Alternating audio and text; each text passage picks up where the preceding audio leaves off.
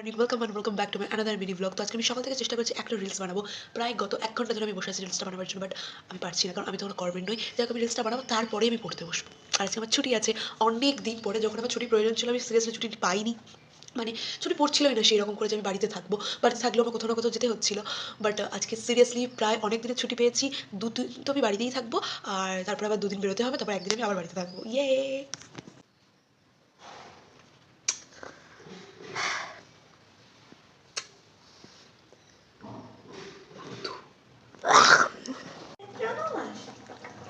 হ্যাঁ, যে সারাদিন বাড়ি থাকবো, ভিডিও করব, পড়াশোনা করব, but again it's my lakh.